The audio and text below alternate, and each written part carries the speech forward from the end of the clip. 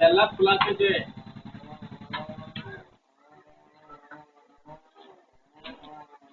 કેમ કાપ્યો તમે હું નડતાલ होती તારે બાપની होती કે તાથી હે ચાલ પંચાયતમાં ચાલ અત્યારે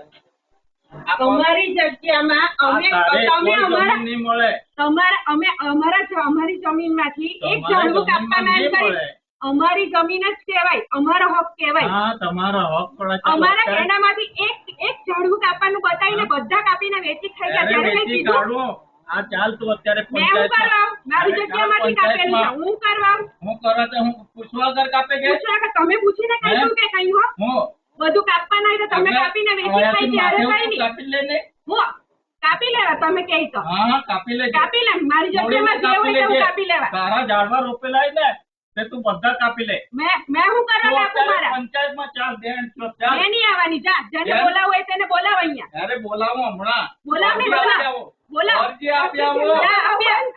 જેને આપી હોય તેને આપજા એટલે પૈસા વગર અમારા જગ્યામાં અમે જે કરીએ તે તમારા હકની માલે બોલવાનો રોપેલો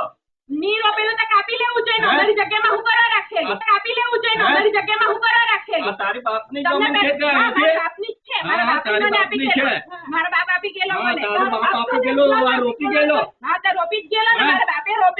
રોપેલું મારા બાપે રોપેલું તો ખાઈ ગયેલા તમે મારા બાપે રોપેલું તો ખાઈ ગયેલા તમે આજે તો બેન છોડ તમારી માને ઘોષો એક વખત મારી જોજો મારી જો આ બેન છોડ પૂછો કર તપે મારા બાપની જગ્યા છે ને મારી છે મારી બાપની અહીંયાની છે હા તારે તો કે અંડો તારો બેન છોડ વાતી બોલે તો વડો ને તારા બાપ વાતી બોલે તા છેલ્લે વડા તે તારા તમારી શું છે હું વડું ની વડું તમારે થોડું ખાવા આવતી છે હા તમારું એટલા પૈસા વગર કાપી લે તો તમને પૂછીને કરવાનું કે પંચાયતમાં જાવ ની જેના પાસે જાય તેના પાસે બોલાવી લાવજો હું પંચાયતમાં નહીં આવું મારી જગ્યામાં હું જે કરું તે તમારી જગ્યામાં અમે તમને પૂછવા આવીએ છીએ કે બેન છોડ અત્યારે તને મેં ઓકાવું જા તું જો કે અહીંયા